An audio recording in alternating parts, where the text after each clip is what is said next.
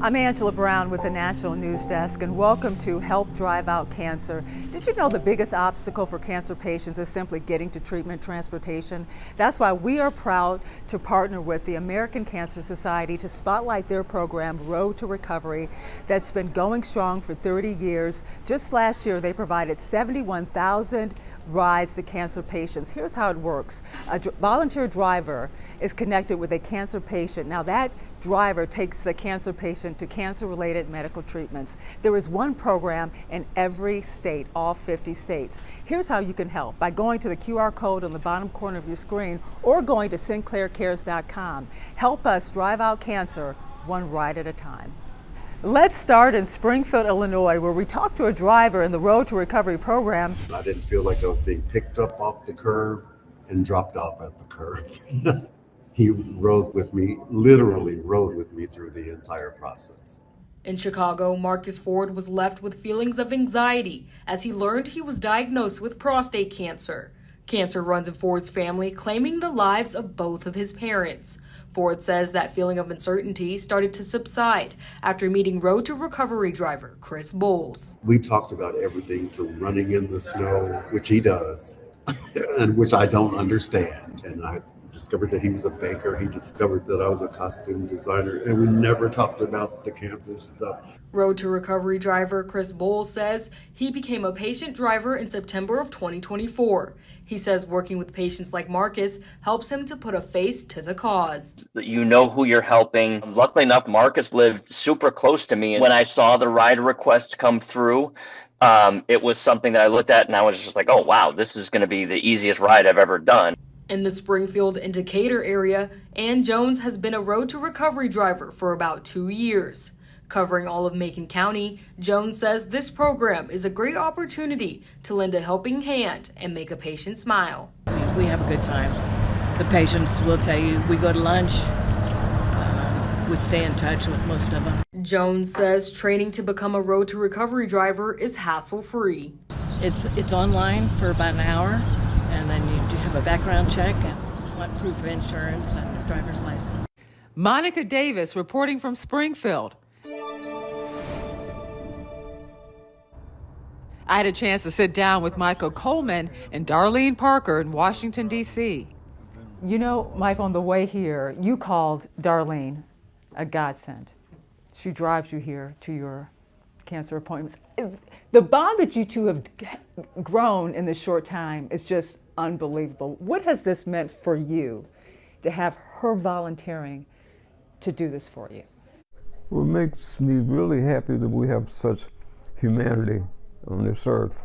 Darlene has become a good friend. She's right off when I first met her. She was very kind and friendly, made me feel more comfortable about this journey that I'm on right now with the stage 4 colon cancer. And so that put me at ease. And you're right, we have become what I consider good friends because she's driven me on most of my cancer appointments. So it puts me at ease when I'm coming in here every time on this journey. She's such a wonderful person, and we've shared lots of stories. She's told me about her trips to New Zealand and Australia, and some of the scenes from Lord of the Rings. So I'm a big Lord of the Rings fan. I didn't know that. Yeah, she's a real nice lady, and so it makes me comfortable going to on this journey. And you two have a bond, obviously, beyond driving. I know this is something that you have wanted to do for a while yourself. Yes, I knew about the program for many, many years, but I was working at the time and could not volunteer, and I retired in late 2023, and in early 2024 I started driving. I just feel strongly about helping people on their cancer journey and make it as easy as possible for them. I'm a almost 48-year breast cancer survivor. Amazing. I was blessed to survive this long, and I was 23 when I was diagnosed, and later in 2003 with melanoma. it's just important to help those that are going on this journey now, and I'm just really happy to be able to provide this service. And you provide so many life lessons, as speaking, sharing your experience, but also one thing I found interesting, giving advice to catch other types of cancers. We talked about that. The moles, I thought that was so interesting. Yes, very interesting. When I was diagnosed with melanoma in 2003, I thought, it can't happen to me. I'm not blonde-haired and blue-eyed. I'm actually half Italian, half Greek. And then I learned it can happen to anybody, any ethnic group, any race. And it can happen where the sun doesn't shine. Literally, it can be on the bottom of your foot. So it's so important to get those annual dermatology appointments to check. And to check out those moles. Now for you, Michael, this has been, I can't imagine what you must be going through. It was in December, I believe, that you found out about your colon cancer. Yeah, it really was a shock because I've always considered myself in really good shape. I'm a retired Army officer and really very active, done lots of walking and lots of running. And this is the last possible thing that I could imagine happening to me. It's happening to somebody else. You know, I've read articles and seen, programs on TV about people with colon cancer. But when I got to the hospital, I'd been having this abdominal pain, got to the hospital, and they diagnosed me with a stage 4 cancer after they did a colonoscopy. They did an emergency colonoscopy and discovered they had this stage 4 colon cancer. And that was a major shock to the system here. To find this out. And then we just started the process of seeing surgical oncologists and saying they're going to do a general surgery to try to remove the site of the mass, which is at the cecum, at the lower intestine. And so all of this terminology was just a major blow. What did they tell you in the beginning about your diagnosis? How long? Did they give you any time? What did they tell you in the beginning? I was told that if I didn't do anything, that my life expectancy would be very short. But the oncologist offered to me various things such as chemotherapy or radiation. But another thing was the immunotherapy, which is why I'm here today, right, with the infusion treatments. And so these infusion treatments they found over time has been shrinking the tumor, the site of the tumor. That's their goal, is to try to shrink that site where the tumor is. They couldn't get the mass out when they did the general surgery, and so this was the option. So I chose infusion therapy, and this is about my 5th month here. There is so much on your shoulders right now that you're thinking about, considering. The last thing you want to actually think about is a ride to the hospital. Yep. How did you find out about this program? Well, it's important that you have either family as a good support system or a very close friend who is a patient advocate. My patient advocate is Mona, who you met earlier, and she's like a pit bull, and she's very knowledgeable with computers and automation. She was aware of the American Cancer Society, and so she researched and wanted to find out what the American Cancer Society provided, and the Road to Recovery was one of those things that she discovered. And we were off and running at that. It was a service that's free, and they can drive you straight to the door of the building that you need to go to. So it takes a major burden off your mind. I'm dealing with the cancer, but it takes that piece of it off of my mind, having to worry about getting here and not even having to worry about being able to get to the building I need to go to.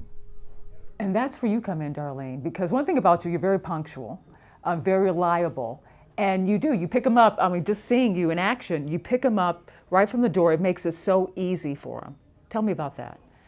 It's important to make it as easy as possible for someone going through this journey right now, and that means, as you say, pulling up to the door, getting the walker, helping getting it in the car if it's necessary, and then just engaging in conversation that is not about cancer. Also, we talk about other things. We're football fans, so we talk about... And your rivals in football. Right. Dallas Commanders. So right. We have some fun conversations with that, and that's part of it too. And just to be here for him for whatever he needs. You know, some people may think, does it take a lot of time? Does it take a lot of effort? Kind of walk us through the process if you are thinking about volunteering so that you can volunteer, and is it difficult? Not at all. You can go to cancer.org, or you can call the 800 number and tell them you would like to become a Road to Recovery volunteer. And all that is necessary is that you upload your license, your insurance, your registration. They want to make sure everything's in order, and they probably do a background check on your driving as well. And then you're ready to go. And the system is very easy. I get a notice in my email that there is a trip available, and then I can decide if it's one that fits my schedule and I can take, and if it doesn't, I just don't answer that. We do need drivers desperately in the Fairfax County area, right outside of DC. I think we only met about 50% of the need since the beginning of the year. And we have, I don't know how many drivers we have, but we have multiple drivers. We probably are seeing that across the country as well, not just here. How do you think you're making a difference? I mean, you can hear it from Michael right here, but personally, what does this mean for you to be able to provide this to Michael, especially since you are a cancer survivor yourself? It just makes me happy to know that I can make his life and other people's lives a little bit easier just by providing a ride. It's really simple. The Cancer Society only requires you to pick up 2 rides a month. I often pick up more. It's a great way to volunteer if you're an early retiree. You don't even have to be a retiree. We have a young man who's a sophomore in college who is pre-med, and he wants to get closer to the situation, and he will drive around his class times.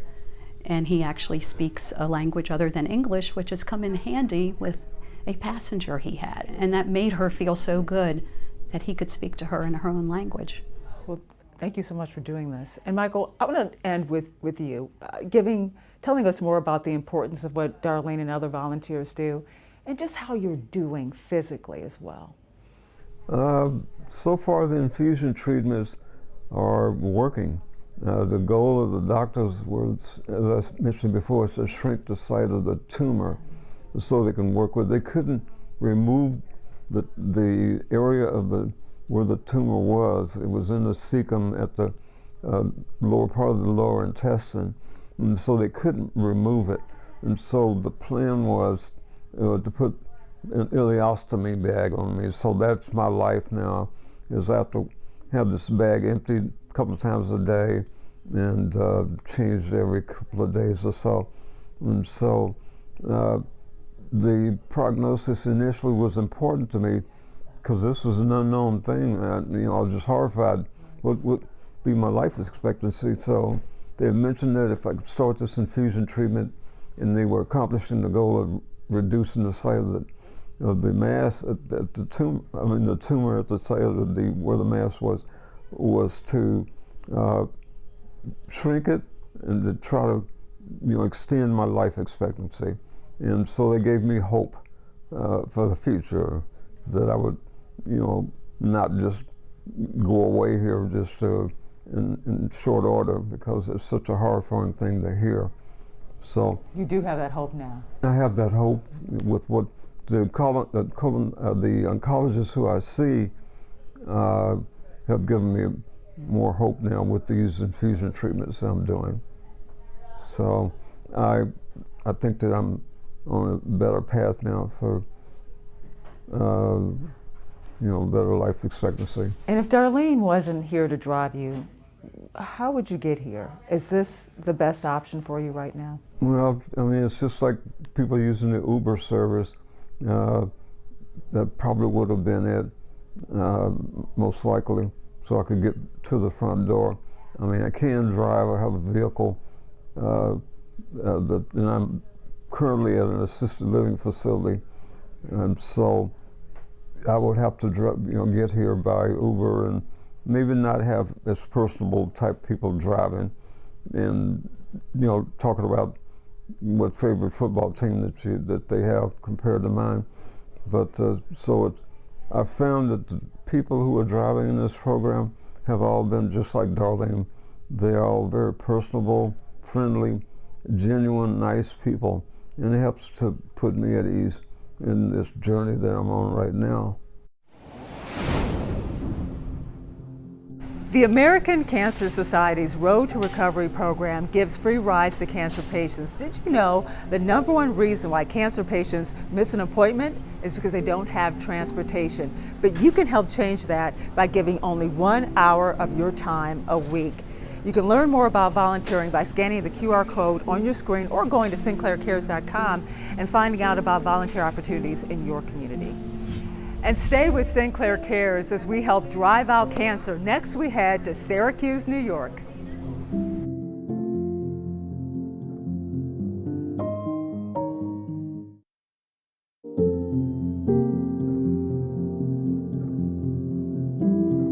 Cancer patients know this firsthand. Standing between them and life-saving treatment is often transportation.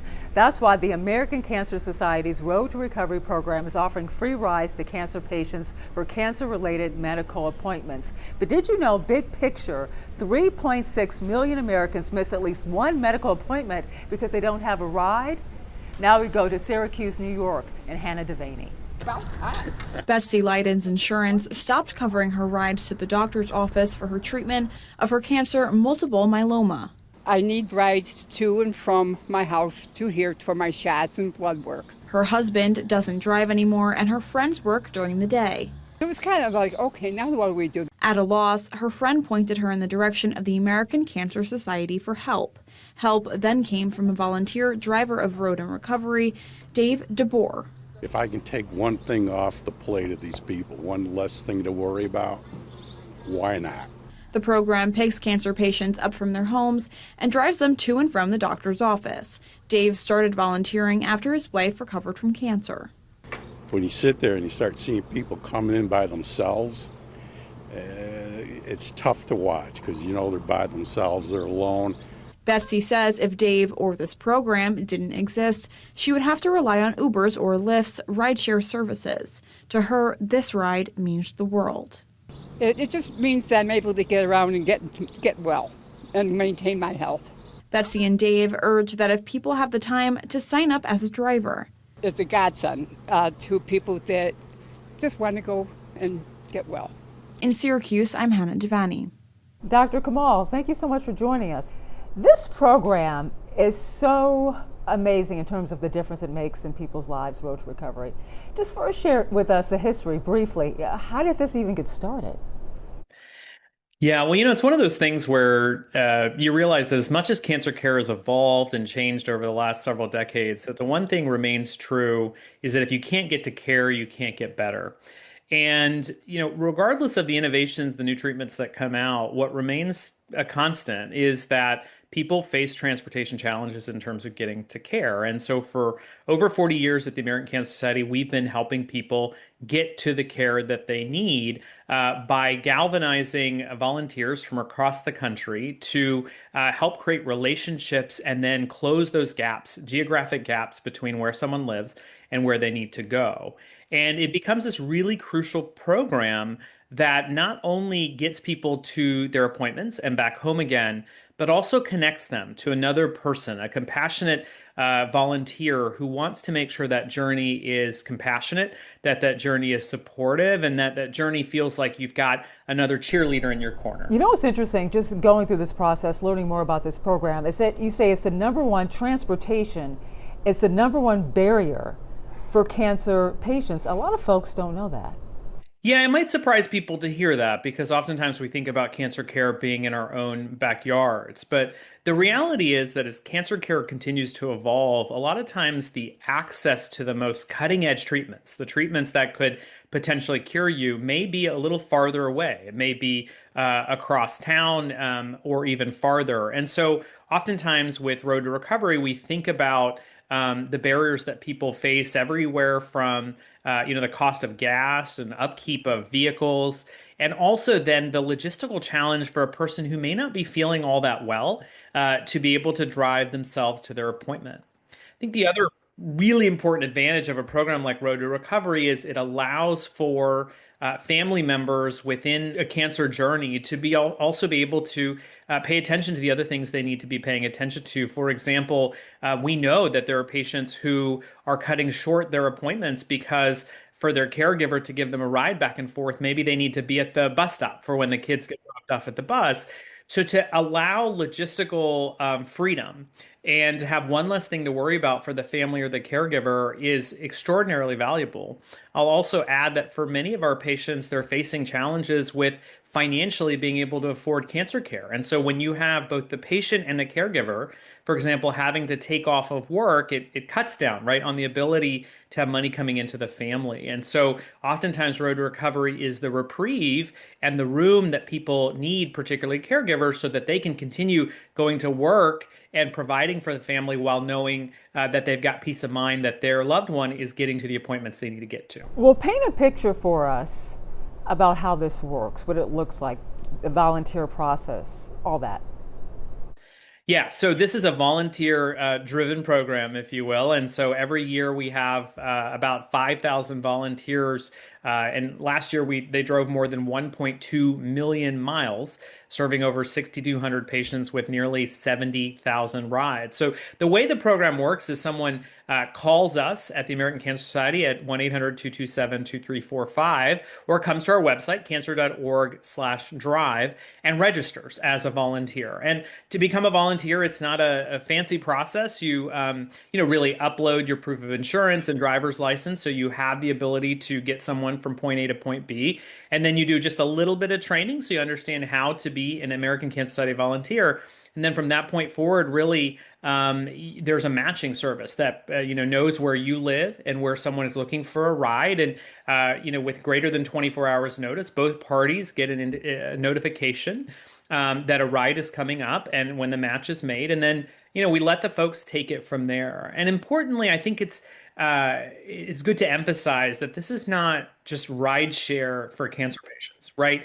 This is moments of connection that people desperately need to not only improve their logistics of getting to their appointment, but also to meet another person. Because oftentimes what we find is that these relationships that are created are longitudinal, meaning that unlike a rideshare service, it doesn't mean this person needs a ride and this person can give it and they'll meet one time and never again. Oftentimes what we find is that the longitudinal relationship is developed such that the volunteer becomes the regular Road to Recovery driver for a particular patient. So that every Tuesday morning while the patient's going to their appointment, this volunteer shows up.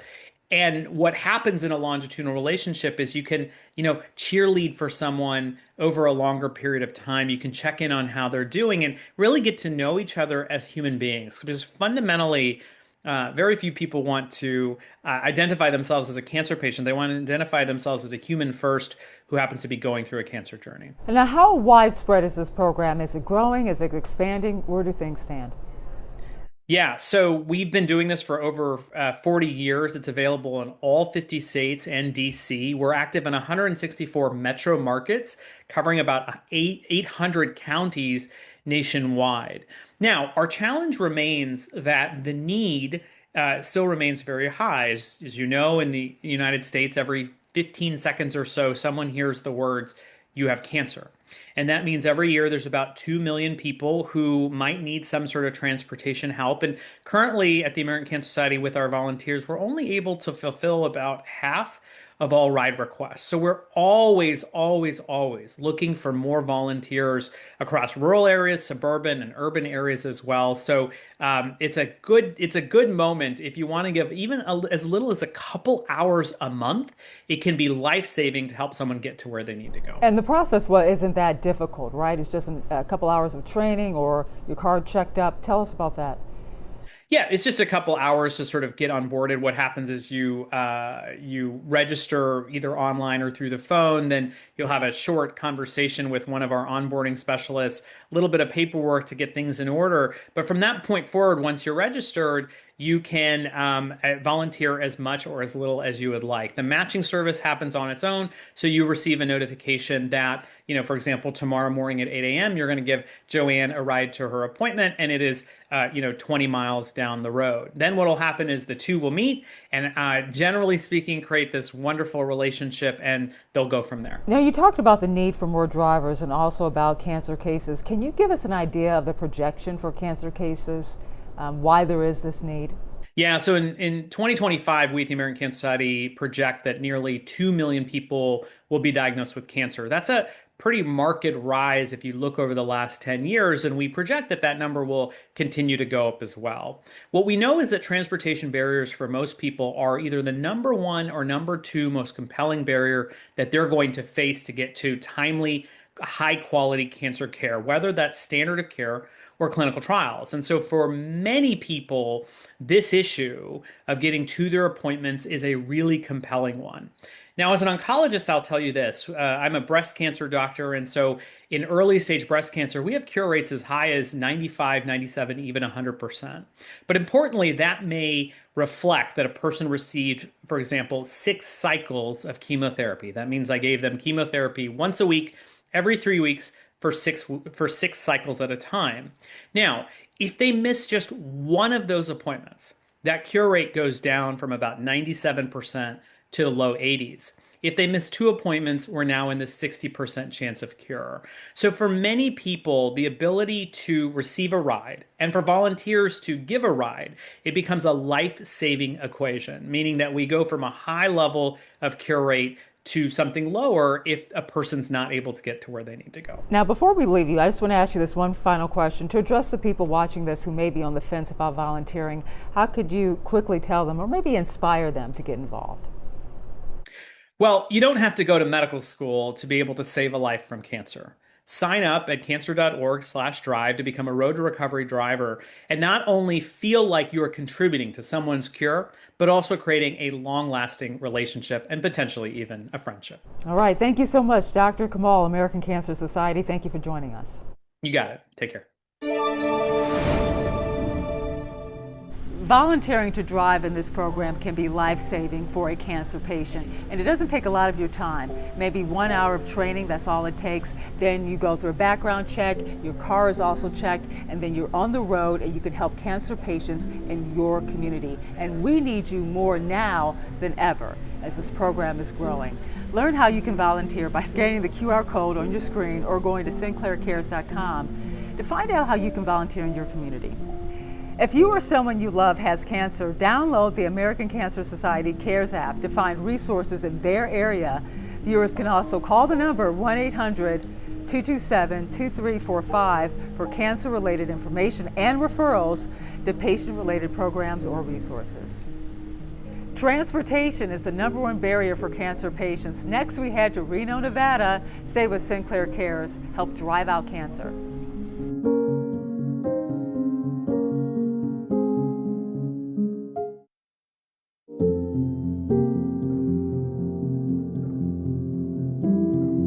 Road to Recovery has provided 9.6 million rides since 2005. Now we go to Shelby Sheehan in Reno, Nevada. Several times a week, you'll find Joe Sutton driving around town, making stops at homes and medical facilities. He's retired military, but these days on a different mission. This is my way of paying it forward for the help that I got when I was going through cancer. Sutton is a volunteer driver with the American Cancer Society's Road to Recovery program. He's made 1,100 trips and counting since signing up 8 years ago to get patients to their appointments. His own cancer journey giving him perspective that many patients can appreciate.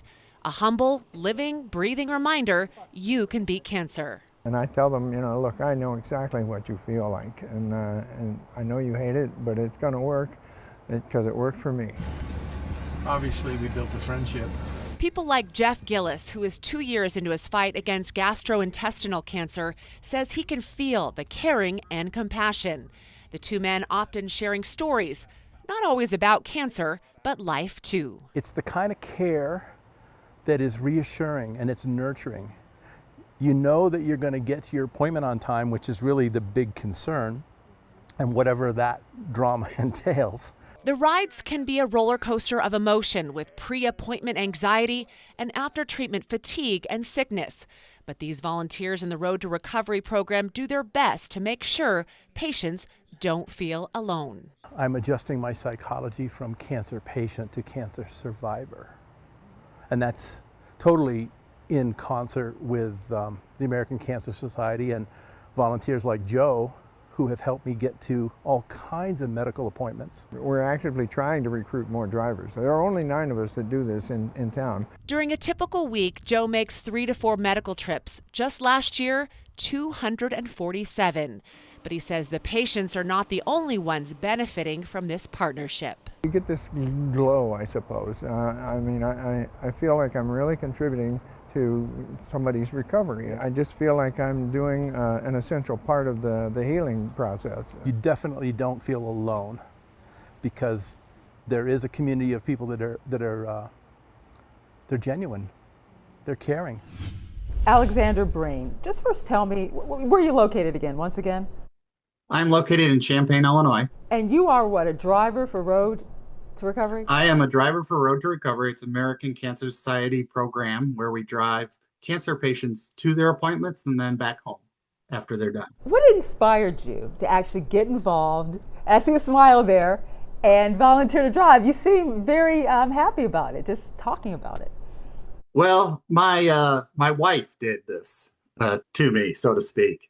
I was recently retired from the University of Illinois, and she knew I was looking to expand my volunteer opportunities upon retirement, and because I'm volunteering at other places as well too. And so she read an article on the Road to Recovery program and said, "This is perfect for you." So I did a little bit of investigation, and I thought, this is the type of thing that I like doing. I get a sense of purpose from doing it.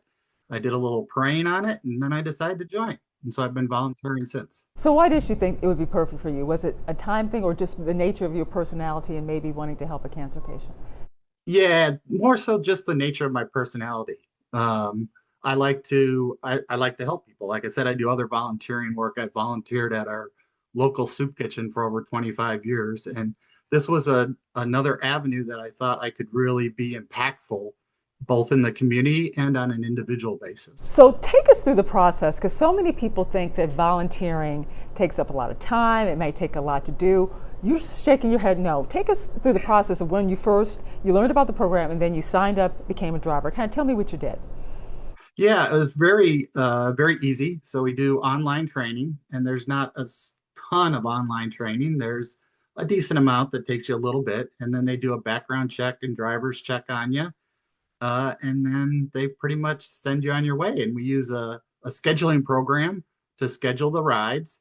And you just take the rides that fit into your existing schedule during the week. So it really fits my lifestyle, because I like to do lots of different stuff. But this is one thing that I think is really important. So I do spend a lot of time doing it. So the process of going through this didn't take very long, it sounds like. No, I would say from starting the online training and being a driver was probably 2 weeks, maybe 2.5, something like that. Do you remember that first ride?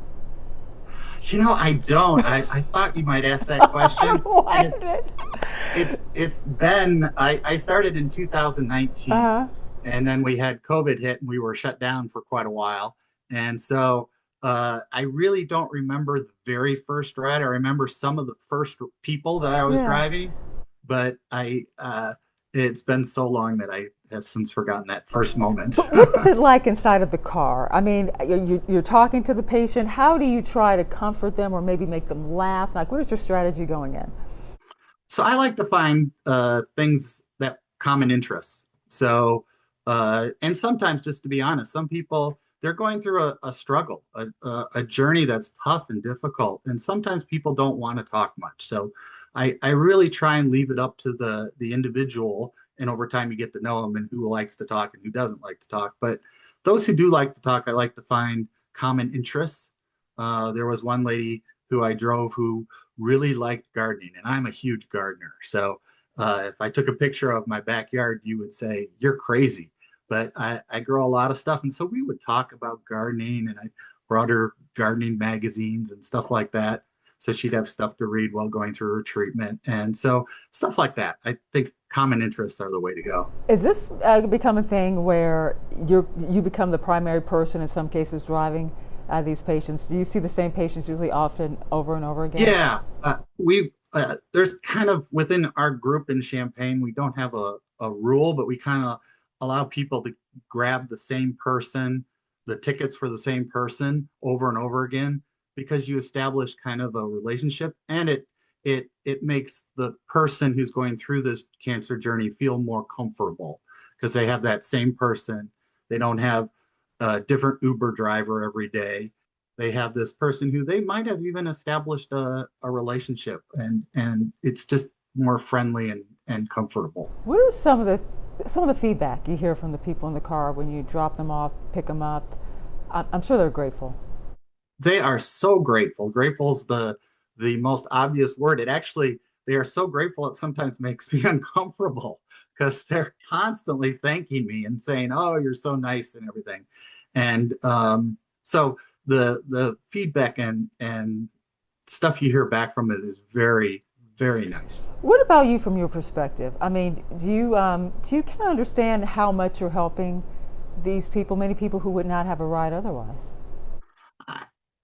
I guess so. I mean, I kind of look at it like, this is just for me personally, something that I find rewarding, and I find it gives me a sense of purpose. I really do. And for me, most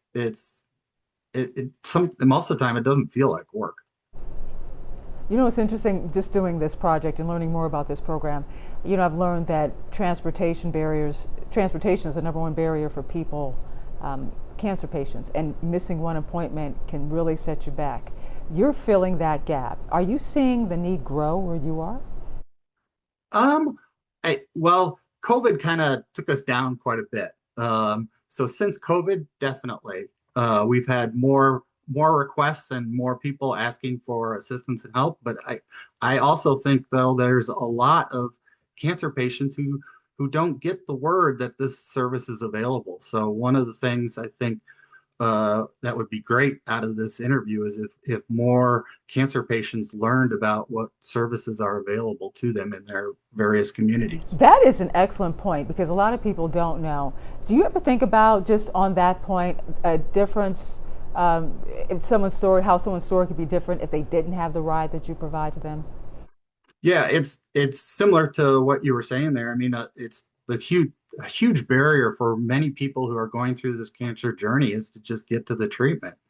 And this, without, they can always take an Uber or a Lyft or whatever type of pay for transport, but it gets expensive. I have one guy I drive regularly, and what he tells me and has shown out is that it's not only the radiation or the chemotherapy sessions, but they have a lot of other medical appointments associated with their cancer treatment that they need to go to as well. So they can have many different appointments throughout this journey.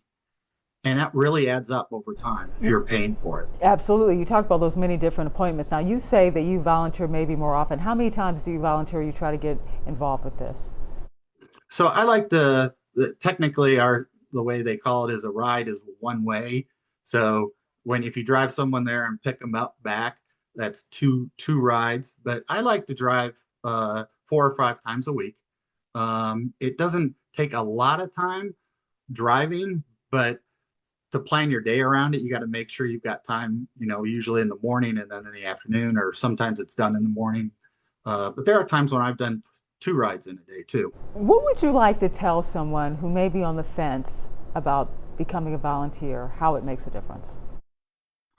So I would tell them, think about what you think is important in life. And if you think helping people and providing a service in which is needed and really can promote developing a community of people who like to assist and help. And you can do it in a way that really fits your schedule. Like I said, you only take the rides that you can do. And so I would think about it heavily. And if it is something that you don't like, you try it and you don't like it, you can always quit. So give it a shot. Because it makes a difference, right? Yeah, it really does. And I think the other thing about it is, I think most people who are drivers get a great sense of value out of it as well too. So I would be a little selfish and say you're going to get something good out of this to your own self. That was perfect, Alexander Breen. Thank you so much for joining us and for driving. You're welcome. The American Cancer Society's Road to Recovery program provides free rides to cancer patients to cancer-related medical appointments. Did you know the #1 reason why a cancer patient misses an appointment is transportation? And you can help by giving just 1 hour of your time each week, just 1 hour. You can find out how to volunteer by scanning the QR code on your screen or heading to sinclaircares.com to find out more about volunteer opportunities in your community to help your neighbors facing cancer. You can help someone when they need that help the most, and it's simple. Just scan the QR code on your screen, go to sinclaircares.com, or call the number on your screen. I'm Angela Brown from the National News Desk for Sinclair Cares. Thank you so much for watching and learning how we can help people with cancer.